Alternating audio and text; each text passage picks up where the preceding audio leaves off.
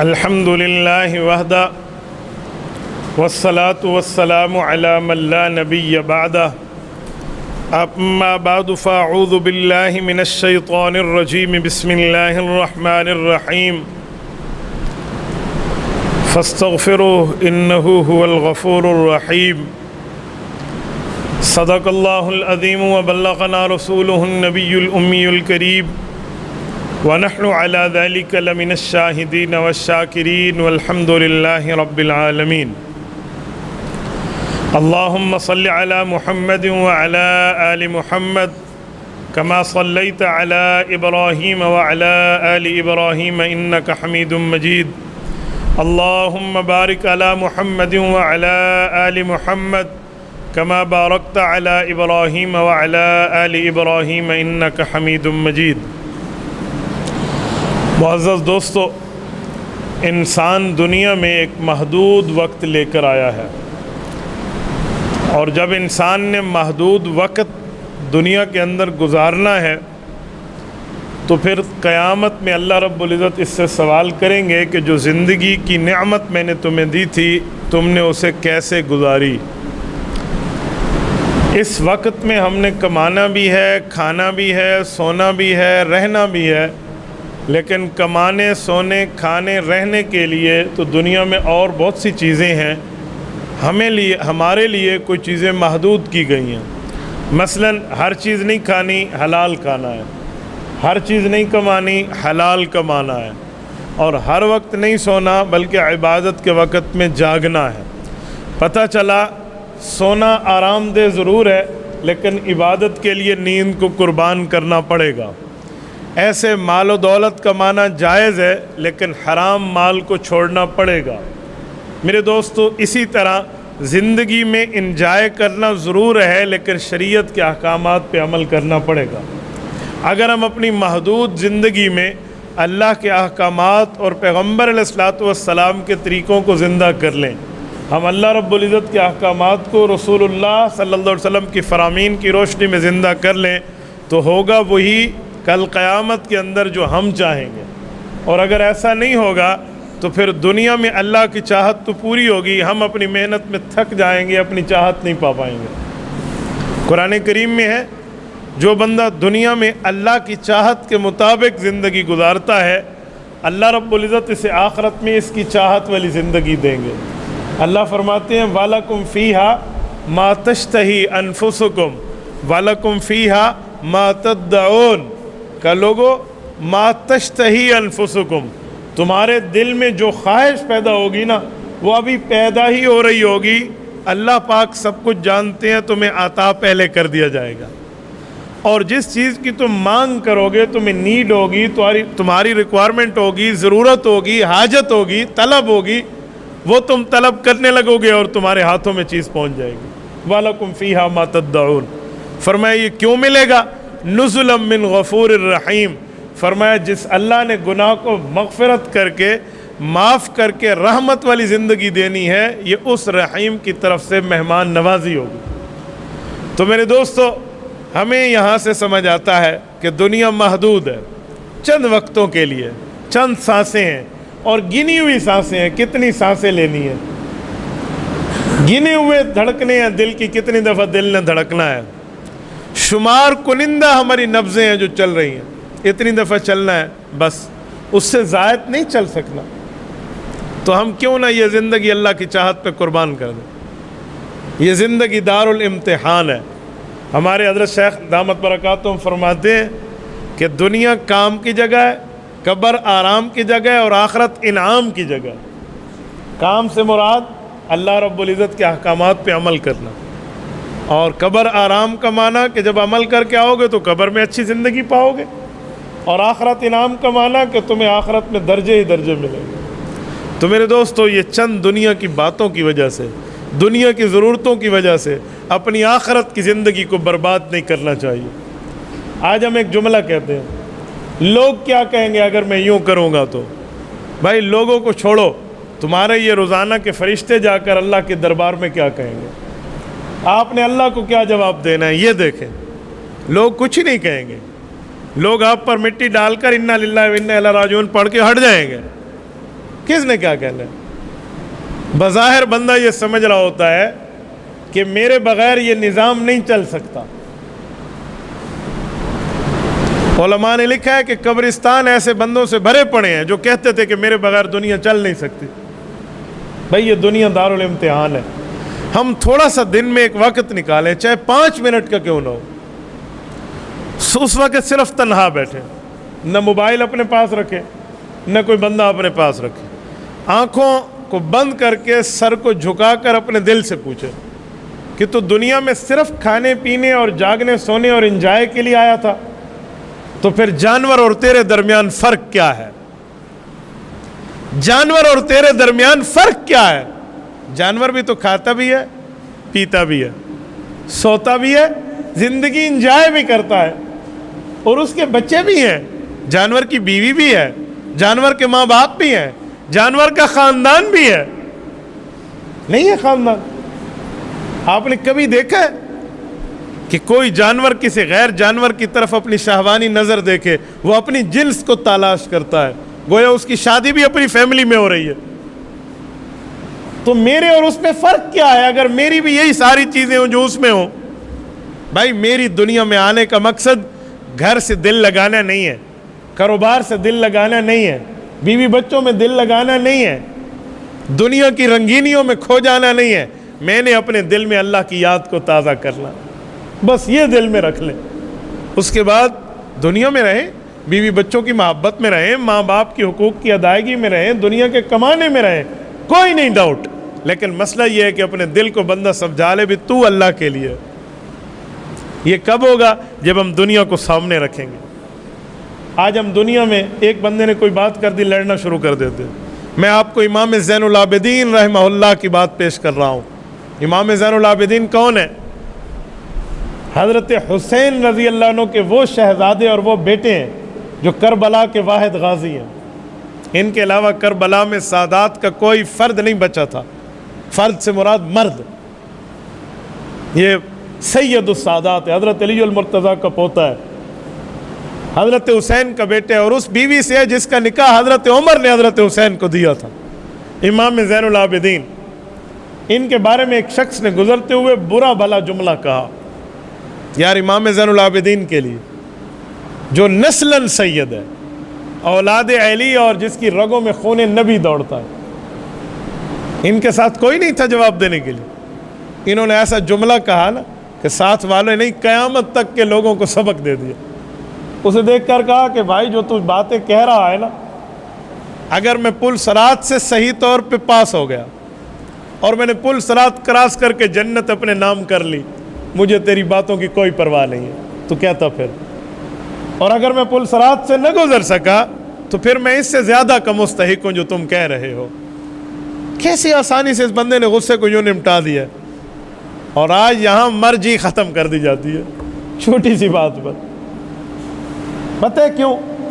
وہ لوگ آخرت کو دنیا پر ترجیح دیتے تھے، اور ہماری ترتیب دنیا کو آخرت پر ترجیح دینے کی ہے۔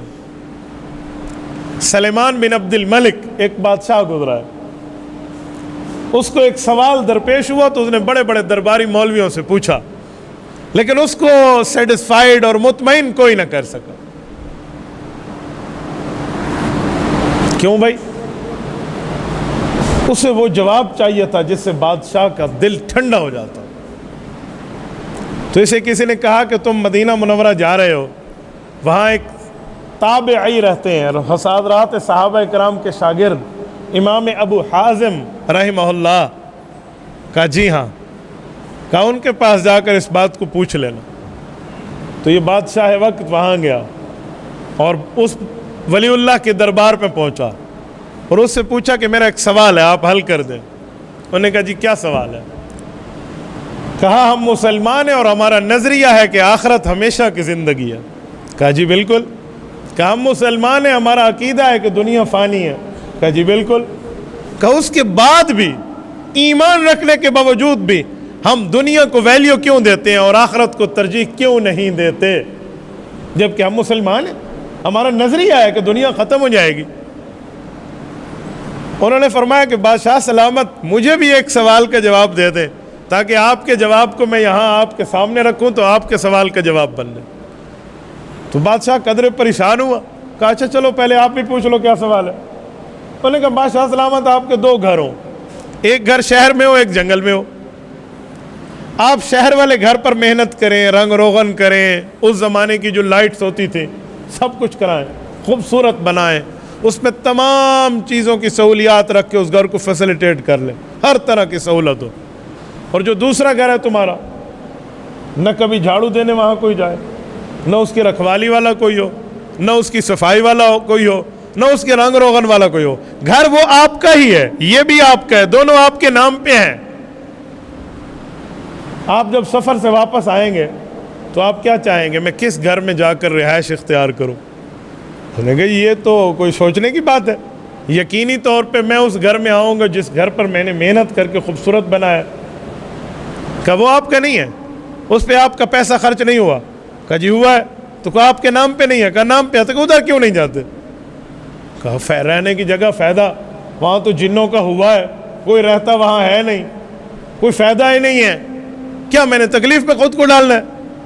تو کہا یہی جواب آپ اپنے سوال کا لے لیں کہ ہمارا ایک گھر دنیا کا، ایک آخرت کا۔ ہم جتنی محنت کر رہے ہیں دنیا پہ لگا رہے ہیں، جتنی کمائی کر رہے ہیں دنیا پہ لگا رہے ہیں، جتنی تگ و دو کر رہے ہیں دنیا پہ لگا رہے ہیں، اچھائی یہاں، خوبصورتی یہاں، بہتر یہاں، نہ آخرت کا کوئی عمل کیا، نہ آخرت کی کوئی نیکی بھیجی، نہ ما قدمت انفسکم کہہ کر آخرت میں کوئی اعمال بھیجے، نہ آخرت کے گھر پہ محنتیں ہیں، نہ نوافل ہیں، نہ تسبیحات ہیں، نہ لوگوں کے حقوق کی ادائیگی ہے، نہ معاملات ہے۔ ہم نے دنیا کو اچھا کیا، آخرت میں گالیاں دے کر بھیج رہا ہوں، گناہ کر کے بھیج رہا ہوں، خطا کر کے بھیج رہا ہوں، گانے سن کے بھیج رہا ہوں، نافرمانی کر کے بھیج رہا ہوں، بدنظری میرے اندر، باقی معاملات میرے اندر، بہن بھائی کا حق میں نے کھایا، ماں باپ کا حق میں نے کھایا، اولاد بیوی کا حق ہم نے کھایا، یہ سب کچھ وہاں بھیجا تو وہ کانٹے دار گھر بنا اور یہ باغ و بہار والا گھر بنا۔ تو کس کا جی چاہے گا کہ دنیا چھوڑ کے آخرت چلا جاؤں؟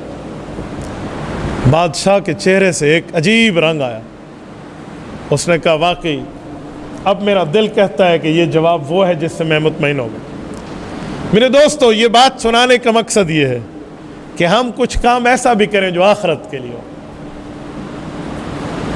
کوئی محنت ایسی بھی کریں جو آخرت کے لیے۔ میں اس دن کمیٹی گراؤنڈ علی پور میں مظفر گڑھ میں ختم نبوت کانفرنس سے گفتگو کر رہا تھا، بڑا نوجوانوں کو بہت بڑا مجمع تھا۔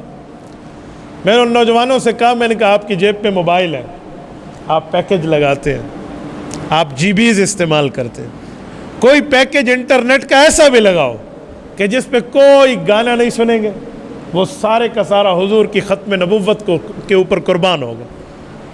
اس میں نعت شیئر کروں گا، اس میں اللہ رب العزت کی توحید کی باتیں، اس میں بیانات، اس میں دینی باتیں۔ کوئی ایک پیکج ایسا لگا کے بھی ہفتے میں چلو نا یار، ویکلی پیکج میں صرف گناہ کے کام ہی کر لیں۔ تو میں آپ کو بھی ایک دعوت فکر دے رہا ہوں اور آپ کو کہہ کر دراصل اپنے آپ کو مخاطب ہوں کہ ہمیں بھی کچھ کام ایسے کر لینے چاہیے جو آخرت کے لیے، اور ہمارا دل کہے، دنیا میں نہ کہو، دل کہے کہ واقعی یہ کام تو نے آخرت کے لیے کیا۔ کوئی نیکی تو ایسی کر لینا، کوئی تو کر۔ آج ہم دنیا پر اچھائیاں کرتے ہیں، محنتیں کرتے ہیں۔ میں ایک بات آپ کو سناؤں، دنیا پر محنت، دنیا پر ترجیح، آخرت کو چھوڑنا، میں نے یہ منظر بہت جگہ دیکھا ہے، لیکن ایسا کم دیکھا ہے کہ جس کو موقع میسر آئے اور وہ اپنا پیسہ، اپنی مال و دولت ایسا دین پر لگا دے کہ آخرت میں اجر لے لے۔ میں آپ کو ایک شخص کا، چلو میں نام لے دیتا ہوں، میں اپنے سسر صاحب کے واقعہ بیان کر رہا ہوں، مولانا عبدالرحمان صاحب کا۔ میں نے انہیں دیکھا، انہیں پینشن ملی، ایک سرکاری ملازم کی پینشن ہی ہوتی ہے جس پہ اس نے اپنا پورا نظام سیٹل کرنا ہے نا، آخری میں وہ پینشن ملی اور انہوں نے مجھ سے مسئلہ پوچھا کہ اس پہ حج تو فرض ہو جائے گا۔ میں نے کہا جی حج تو فرض ہے۔ اب اس بندے نے آخرت کے معاملات بھی تو اپنے طے کرنے ہیں نا۔ آپ جانتے ہیں مولانا عبدالسلام صاحب کے بیٹے ڈی اے خان کی بڑی شخصیت ہے، کہنے لگے جی حج فرض ہے۔ میں نے کہا جی میں بھی، کہتے ہیں میں بھی یہی سمجھتا ہوں۔ اس بندے نے اپنا سارا پیسہ حج پہ لگا دیا۔ میری ساس صاحبہ جو اہلیہ ہیں ان کی، وہ کہنے لگے جی میرے اوپر تو حج فرض نہیں ہے، پینشن آپ کو ملی ہے، لیکن احسان میرے پہ بھی کرے، مجھے بھی لے جائے۔ میں اللہ کے گھر میں بیٹھا ہوں، اس شخص کی اس نیکی پر مجھے حیرت ہوتی۔ سارا پیسہ اس پہ لگا دیا، آقا ہم دونوں حج کرائیں گے، چھوڑو یار اللہ دے گا آخرت۔ بہت کم ہوتا ہے ایسا۔ بھائی اصل تو قبر ہے، اصل تو آخرت ہے، اصل تو آخرت کی زندگی ہے۔ دنیا کی زندگی پہ کیا کریں گے؟ رسول پاک علیہ السلام نے فرمایا جو بندہ حج پر آئے نا، حقوق ادا کیے ہوا اس نے، اور باقی جو گناہ ہے نا، اس گناہ کی معافی کیسے ملے گی؟ فرمایا یہ حج کے بعد یہاں سے جائے گا تو رجا کیوم ولدت امہ، ایسے جا رہا ہے جیسے آج ماں کے پیٹ سے نکلا اور گناہوں سے پاک ہے۔ یار دنیا کی دولتیں لگ جائیں، دنیا کی اچھائیاں لگ جائیں، دنیا کی بہتریاں لگ جائیں، لیکن آخرت کا یہ سکون مل جائے تو کیا بات ہے یار۔ ہم آخرت کی بات کر کے کانپ جاتے ہیں کیونکہ ہمارے اعمال ہی ایسے ہیں نا۔ میں ایسے ایسے لوگوں کو جانتا ہوں، جہاں میں نے قبر آخرت کی گفتگو شروع کی، میں ایک بار خواتین میں قبر آخرت کے عنوان پر گفتگو کر رہا تھا، پردہ لگا ہوا تھا، عورتیں ایک طرف تھی، مجمع عورتوں کا زیادہ تھا، مردوں کا کم تھا، خواتین اجتماع تھا۔ مجھے پرچیاں لکھی ہوئی آنا شروع ہو گئیں عورتوں کی طرف سے کہ مولوی صاحب قبر کو چھوڑو، ہمیں ڈر لگتا ہے، ہم رات کو سوئیں گے کیسے؟ آپ بتائیے، قبر کی بات نہیں کرو، ہمیں ڈر لگتا ہے، کیا فائدہ؟ کیا ہم آخرت میں جوابات دیں گے؟ اوے آئیڈیل بنانا ہے تو سیدنا عمر فاروق رضی اللہ عنہ کے ایک قول کو بناؤ۔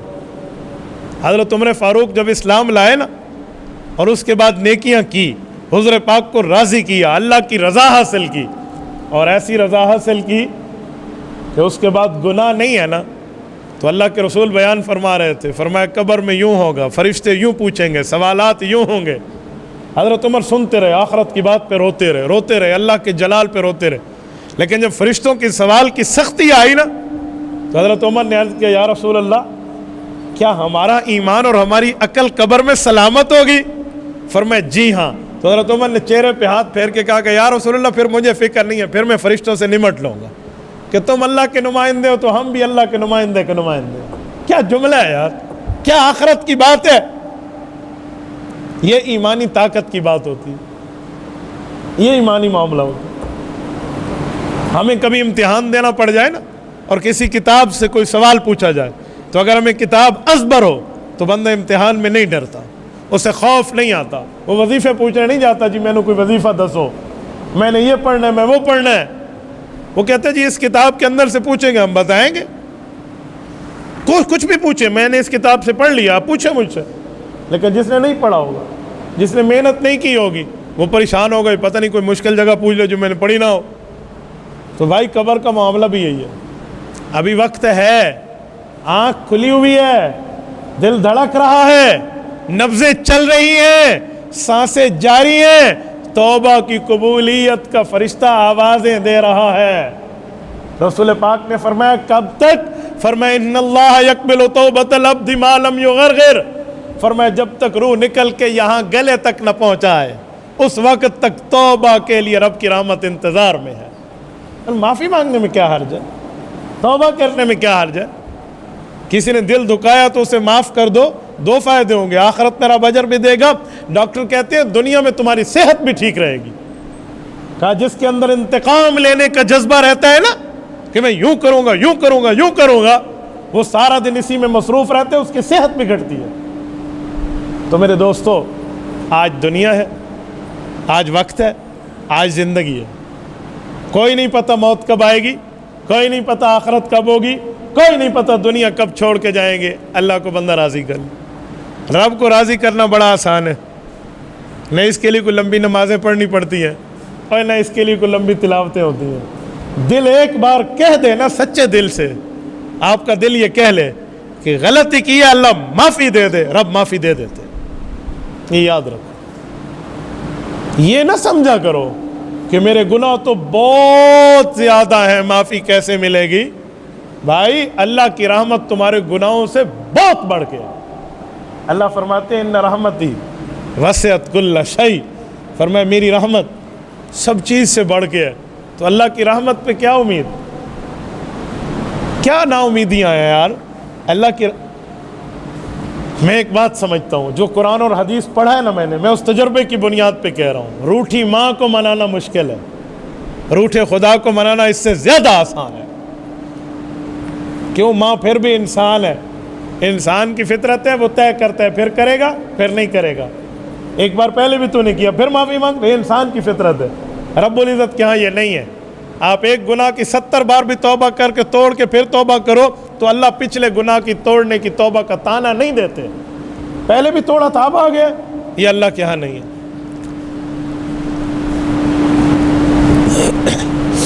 بلکہ قرآن کریم کہتا ہے من یعمل سوءا، یہ آیت کسی نیکوکار کے لیے نہیں ہے، تہجد گزار کے لیے نہیں ہے، شب بیدار کے لیے نہیں ہے، یا ڈائریکٹ گناہ گار کے لیے، جس نے غلطیاں کر کر کے نا، ہو سکتا ہے اتنی عمر گزر گئی ہو کہ سر میں سفیدی اتر آئی ہو سکتا ہے قبر میں ٹانگیں اتر گئی ہوں، یا ہو سکتا ہے ابھی جوان ہو لیکن گناہ گاری میں ہو، غفلت کی زندگی میں ہو، اللہ رب العزت کی ناراضگی کی زندگی میں ہو۔ یہ آیت اسے خطاب کر رہی ہے، من یعمل سوءا او یظلم نفسہ ثم یستغفر اللہ یجد اللہ غفور الرحیم۔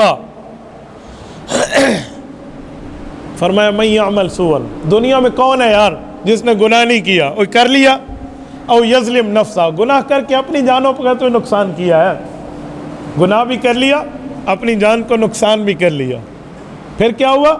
ثم یستغفر اللہ، پھر ایک بار دل میں یہ بات آئی کہ یار غلط کیا،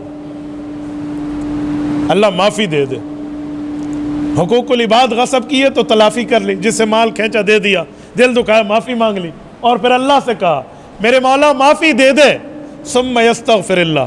اس میں نہ دعا کے لیے ہاتھ اٹھانے کا لفظ ہے، نہ رونے کی بات ہے، نہ 2 رکعت نماز نفل صلاۃ التوبہ کی بات ہے، کچھ بھی نہیں ہے۔ یہ گناہ گار کا اپنے پروردگار سے ایک تعلق بتایا جا رہا ہے۔ کہا میرے مولا معافی دے دے، غلطی کر لی۔ لفظ دیکھیں قرآن کریم کے، اے کاش آپ عربی سمجھتے، میں کوشش کروں گا اسے اردو کے پیرائے میں اتار کے سمجھا پاؤں۔ یجد اللہ غفور الرحیم، لفظی ترجمہ ہے کہ وہ اللہ کو معاف کرنے والا اور رحمت کرنے والا پائے گا۔ کیا مطلب؟ یجد اللہ، یہ وجدہ یجد، یہ وہاں لفظ بولا جاتا ہے جو کسی کے انتظار میں ہو، کہ ہم وہاں گئے، اسے میں نے اپنے انتظار میں پایا۔ یہ رب کی رحمت کی اس صفت کی بات ہے کہ جو گناہ گار پر گناہ کرنے کے باوجود، خطا کار پر خطا کے باوجود اس کی توبہ کے انتظار میں ہے، یہ ہے یجد۔ فرمایا یجد اللہ، وہ اللہ کو پائے گا، غفور الرحیمہ، غفور پر بات پوری ہو گئی تھی، رحیمہ کیوں فرمایا؟ غفور کا مطلب ہوتا ہے گناہ کو معاف کرنا، رحیم کا مطلب ہوتا ہے معاف کر کے اگلی زندگی پر تانا بھی نہ دینا اور رحمت رکھنا۔ 2 باتیں فرمائی، صرف غفور پہ بات نہیں، حالانکہ پوری ہو گئی تھی۔ یجد اللہ غفورا، فرمایا پچھلے گناہ کی معافی ملے گی، رحیمہ اگلی زندگی پر تمہارے اوپر رحمت کی بارش رب برسائے گا۔ آپ کعبۃ اللہ شریف جائیں، اللہ تعالیٰ آپ کو لے جائے، اللہ آپ کی برکت سے ہمیں ملے جائے۔ ہر نماز میں دعائیں مانگے کرو۔ آج کل دجالی فتنوں کی وجہ سے راستے بڑے مشکل کیے گئے ہیں، بڑے مشکل۔ شاید اب کوئی وہ بندہ کعبۃ اللہ کو دیکھ نہ سکے جس کے پاس ٹچ موبائل نہ ہو، یہ جو ترتیبیں بن رہی ہیں نا، اور پھر اس میں انٹرنیٹ نہ ہو، پھر اس میں اس کا اجازت نامہ نہ ہو، وہ اندر جا کر دیکھے۔ یہ جو حالات بن رہے ہیں، بس اللہ پاک یہ راستے مسلمانوں کے لیے آسان فرما دے۔ کعبۃ اللہ شریف جائے نا تو خانہ کعبہ کے غلاف پر یہی آیت تحریر ہے، یہی آیت، من یعمل سوءا او یظلم نفسہ ثم یستغفر اللہ یجد اللہ غفور الرحیم، کہ جس نے غلطی کر لی، گناہ کر لیا، خطا کر لی، نافرمانی کر لی، اور پھر اس کے دل میں آیا یار غلط کیا، کعبہ اللہ کا اعلان کر رہا ہے اللہ اسے مغفرت بھی دے گا، آئندہ زندگی پر رحمت بھی کرے۔ بڑا آسان ہے اللہ سے معافی لینا۔ تو آج کی گفتگو کا پیغام، میسج، سمری، خلاصہ یہ ہے کہ دنیا محدود وقت ہے، چند سانسیں لے کر آئے ہیں، چند سانسیں۔ جس وقت میں بات شروع کر رہا تھا اور اب ختم کر رہا ہوں، قیامت آ سکتی ہے، یہ وقت دوبارہ ریورس نہیں ہو سکتا۔ وقت تو ایسے جا رہا ہے۔ علامہ اقبال رحمہ اللہ فرماتے ہیں نا، اے غافل یہ گھڑیال تجھے دیتا ہے منادی، گردوں نے گھڑی عمر کی ایک اور گھٹا دی۔ آج کل لوگ سال گرہ پہ خوش ہوتے ہیں، میں کہتا ہوں سال گرہ کسے کہتے ہیں کہ ایک سال موت سے کم ہو گیا، اس پر تجھے رونا چاہیے، تو خوش ہو رہا ہے اس پر؟ یہ کیسی سال گرہ ہے؟ سال گرہ کا معنی یہ ہے کہ سال گر گیا، خوش تو تب ہوتا جب ایک سال تیرا مزید بڑھ گیا، یہ تو کم ہو گیا۔ تو بھائی چند سانسیں لے کر آئے، ہم چند وقت لے کر آئے، اس وقت کو محدود کو اللہ کی رضا کا ذریعہ بنائیے، ورنہ اللہ کل قیامت میں پوچھیں گے میں نے زندگی کی نعمت دی تھی، تو نے اس کی قدر کیا کی؟ جب تک جواب نہیں دے پاؤ گے، اللہ کے رسول نے فرمایا بندے کے قدم زمین میں گاڑ دیے جائیں گے، ہل نہیں سکیں گے۔ تو اس جواب کی تیاری کر لیں تاکہ اللہ ہمیں آخرت میں کامیابی عطا فرمائے، اللہ ہم سے راضی ہو، دنیا میں اللہ ہمارے گناہوں کو معاف فرمائے، خطاؤں کو معاف فرمائے، غلطیوں کو معاف فرمائے، اللہ اپنی پسندیدہ زندگی عطا فرمائے۔ اور آخر میں ایک اعلان آپ کی خدمت میں کرتا ہوں، ذرا آپ توجہ سے سننا۔ میں یہاں جمعہ کے خطبہ میں رات میں اٹک سے آیا ہوں، میں نے تقریباً کوئی 11 بجے شاید میں اسلام آباد سے نکل رہا تھا۔ میں صرف اس اعلان کے لیے کہ جمعہ آج میں خود پڑھاؤں اور عوام کو ایک بات سمجھاؤں، اور آپ کے ذریعے انٹرنیٹ کے واسطے سے پوری دنیا تک، ہمارا ملک کلمے کے نام پہ بنا ہے، دین کے نام پہ بنا ہے، اسلام کے نام پہ بنا ہے۔ ہمارے ملک میں یہ سازشیں پچھلے کچھ عرصے شروع تھی کہ ایک ایسا بل لایا جائے جس پر کوئی غیر مسلم اگر اسلام قبول کرے تو اس کے راستے میں روڑے اٹکائے جائیں۔ یہ غیر ملکی ایجنڈا ہے، یہ یہود و نصارہ کا ایجنڈا ہے، مسلمانوں کا نہیں ہے۔ اب وہ بل پہلے سندھ اسمبلی میں آیا، اس پر آواز اٹھی 2 سال پہلے 3 سال پہلے، پھر رک گیا، تمام علماء نے آواز اٹھی، اب ہماری وفاقی اسمبلی میں آ گیا۔ اور وہ بل کیا ہے، اس بل کے مندرجات کیا ہیں؟ ابھی بل پاس نہیں ہے، ابھی زیر غور ہے۔ وہ بل یہ ہے کہ اگر کسی نے کسی کو ترغیب دے دی نا بھائی کلمہ پڑھ لے، تو اس کو 90 دن کی مہلت دیں گے۔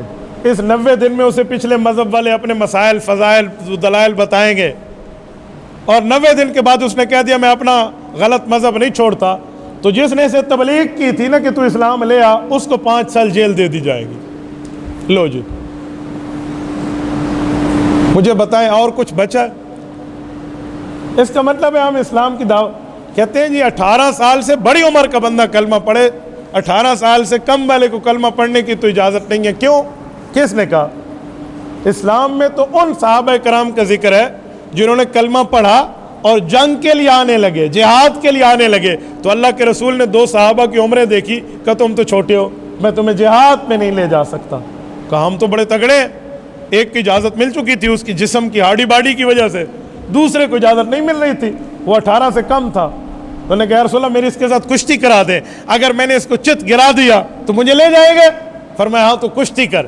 وہ کشتی کرنے لگا تو جو بندہ اجازت لے چکا تھا نا، اس کے کان میں اس دوسرے بچے نے کہا کہ یار تو گر جا نا، گر جا، تیری کمر لگے گی، تجھے تو ویسے اجازت ہے، مجھے بھی حضور کی طرف سے اجازت مل جائے گی۔ انہوں نے کہا جی ٹھیک، اس نے اسے گرا دیا۔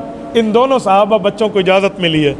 پیغمبر اسلام تو اسلام کے اوپر یوں بچوں کو ترغیب دے رہے ہیں، اور ہم حضور کے نام پہ، کلمے کے نام پہ ملک کو معرض وجود میں لا کر یہ مکالہ سنبھلی کھڑو دے۔ میرے دوستو، میرے خیال میں کوئی جو کلمہ پڑھنے والا مسلمان ہے نا، وہ سیاسی وابستگیوں سے بالا تر ہو کے اس بل کی مخالفت کر رہا ہے۔ اس کے لیے میں نے نہیں دیکھا کہ ابھی کوئی ہمارے اہلیان پاکستان میں کسی مسلمان نے اس کی حمایت میں بات کی ہو۔ یہ ہماری سرکار کو میرے خیال میں باہر سے بل ملا ہے، پڑھے بغیر سوچے بغیر اس کو نافذ کرنے کی بات ہے۔ بھئی اسے اسلامیان پاکستان قبول نہیں کریں گے۔ آپ قبول کرتے کہ آپ کو قبول ہے یا نہیں ہے؟ ہاتھ کھڑے کریں نا۔ آپ مجھے آپ کو یہ بل قبول ہے؟ اس بل کو پاس ہونا چاہیے، ہونا چاہیے۔ جزاکم اللہ۔ میرے دوستو، میں آپ کے ذریعے بھی ایک بات کر رہا ہوں، اور انٹرنیٹ کے ذریعے ہر اس شخص کو جو قلم کار ہے، قلم سے لکھنا جانتا ہے، زبان سے بولنا جانتا ہے، استاذ ہے، صحافی ہے، خطیب ہے، میں ان سب کو کہتا ہوں کہ اس پر آگاہی دیں کہ یہ کیا مسئلہ ہے بھائی۔ اسلام سچا مذہب ہے، جب یہ طے ہے تو اس کی دعوت دینا جرم کیوں ہے؟ ٹھیک ہے وہ بندہ سوچ بچار کرے، سب کچھ کرے، وہ نہ مانے نا. ہم نے کون سا ڈنڈا اٹھایا ہے کہ کوئی عیسائی کلمہ پڑھ لے؟ ہم نے کون سا اس کے گن پوائنٹ پر کلمہ پڑھوانے کا ہمیں کوئی زیادہ شوق ہے؟ نہیں پڑھتا نہ پڑھے، لیکن ہم دعوت دینے کے بعد 5 سال جیل میں جائیں، یہ کون سا اسلام ہے؟ یہ کون سی مسلمانی ہے؟ کیسی بات کر رہے ہیں بھائی؟ کیسا معاملہ ہے؟ کلمہ پڑھوانے میں حضور پاک علیہ الصلوۃ والسلام کتنی جلدی فرماتے تھے. اللہ کے رسول سفر پہ اونٹنی پر سوار ہے اور قافلہ جا رہا ہے، راستے سے دھول اڑتی ہوئی آئی تو حضور نے قافلے کو روک دیا. دھول اڑتی اس زمانے کا معنی یہ تھا کہ کوئی بندہ آ رہا ہے، کوئی گھڑ سوار آ رہا ہے. ایک شخص آیا، بہت جلدی میں تھا. انہوں نے کہا مدینہ کا راستہ کہاں ہے؟ کس طرف سے مدینہ کا راستہ جاتا ہے؟ یہ اللہ کے رسول سے پوچھ رہے. آپ علیہ الصلوۃ والسلام نے فرمایا کیا کرتا ہے مدینہ جا کر؟ انہوں نے کہا جی مجھے مدینہ کا راستہ بتائیں بڑا جلدی. وہ کہا بتا تو صحیح. تو اس نے دیکھا بندے ان کے ساتھ ہیں، بڑا باوجاہت انسان ہے، بڑا آدمی ہے، جانتا تو نہیں تھا شکل سے اللہ کے رسول صلی اللہ علیہ وسلم کو، لیکن چہرہ انور پر ایک ہے، روب کا عالم بھی تو تھا. تو اس نے کہا میں نے سنا ہے وہاں ایک شخص ہیں جنہوں نے اعلان نبوت کی ہے، اور ان کا اعلان یہ ہے کہ کوئی گناہ گار معافی تلافی کر لے تو اسے اللہ جنت دے دے گا. تو مجھے بڑی جلدی ہے، میں اس کے پاس جانا چاہ رہا ہوں. حضور پاک اپنی سواری پہ ہیں، وہ اپنی سواری پہ. اللہ کے رسول نے فرمایا تیرا مطلوب، تیرا مقصود تیرے سامنے موجود ہے. تو اچھا آپ کا اعلان ہے؟ فرمایا جی ہاں میرا اعلان ہے. کیا اعلان ہے؟ الاسلام یہدی ما کان قبلہ، کلمہ پڑھ لے گا پچھلے سارے گناہ معافی کی اللہ پاک سرٹیفکیٹ دے رہے ہیں. انہوں نے کہا جی پڑھائیے. اللہ کے رسول نے یہ نہیں فرمایا ذرا سواری سے نیچے اترو، تھوڑا پانی پی لو، تعارف کرا لو، اپنے مذہب پہ غور و خوض کر لو، کہیں کوئی دلیل رہ تو نہیں گئی. فرمایا پڑھی اشہد ان لا الہ الا اللہ واشہد ان محمد رسول اللہ. آپ علیہ السلام نے کلمہ پڑھایا. میرے دوستو اس سے سمجھ آتا ہے التعلیم علی الدابہ، اسلام کی تعلیم دینا ہے تو ابھی سواری سے اترنے کی ضرورت ہی نہیں رہتی. اور یہاں پتہ نہیں 90 دن یہ دن وہ دن، یہ مسلمانوں کے کام نہیں ہے، یہ اسلام کا کام نہیں ہے. اور ہوش کے ناخن لو. ہم اپنے حکومتی وزراء اور مشیرین کو کہتے ہیں تم نے کلمہ نہیں پڑھا یار، تم نے کل قیامت میں اللہ کی عدالت میں نہیں جانا. یہ آج کی حکومت اور کل کے معاملات پچھلی حکومتوں سے سبق لے لیں. ہم نے دریاؤں کو چڑھ چڑھ کے اترتے دیکھا ہے، ہر عروج کو زوال ہے. تو آج کی سلامی کل کی کہیں معاملات کی خرابیاں نہ ہو جائیں. اور پھر دنیا کی بربادیاں تو چھوڑو، آخرت میں قبر میں خدا کا سامنا، فرشتوں کا سامنا، ہم ایسے بل پر لعنت کرتے، پرزور مذمت کرتے. ایسا بل ہمیں نہیں چاہیے. ہم مسلمان ہیں اور کلمہ طیبہ کی تبلیغ ہوگی. اگر یہ بل پاس ہو گیا تو پھر تبلیغ پر ہی پابندی ہو جائے گی، اور اگر تبلیغ پر ہی پابندی ہو جائے تو اسلام پھیلے گا کیسے؟ یہ جو حضور نے فرمایا فَلْيُبَلِّغِ الشَّاهِدُ الْغَائِبُ، کہ جو میری بات سن رہے وہ غائبین تک پہنچا دے. تم اس فرمان پہ پابندی لگا رہے ہو. اللہ کے رسول کے لیے اللہ فرماتے ہیں لِيُظْهِرَهُ عَلَى الدِّينِ كُلِّهِ، میرے پاک پیغمبر میں نے تمہیں سچا دین اس لیے دیا ہے کہ تو ہر جھوٹے دین پر اس کو غالب کر دے. اس پر پابندی لگا رہے ہو بھائی. اس پر پابندی لگے گی بھی نہیں، اور جس نے لگانے کی کوشش کی پھر اس نے اپنا حشر بھی اللہ کے دربار میں دیکھ لینا ہے. اس لیے ہماری آواز، ہمارا مطالبہ یہ ہے کہ ایسے ہر بل کو ختم کیا جائے اور اسلام کی تبلیغ کی کھلے عام اجازت ہونی چاہیے. اللہ آپ کو اور ہمیں صراط مستقیم عطا فرمائے. اقول قولی ھذا واستغفر اللہ وآخر دعوانا ان الحمد للہ رب العالمین.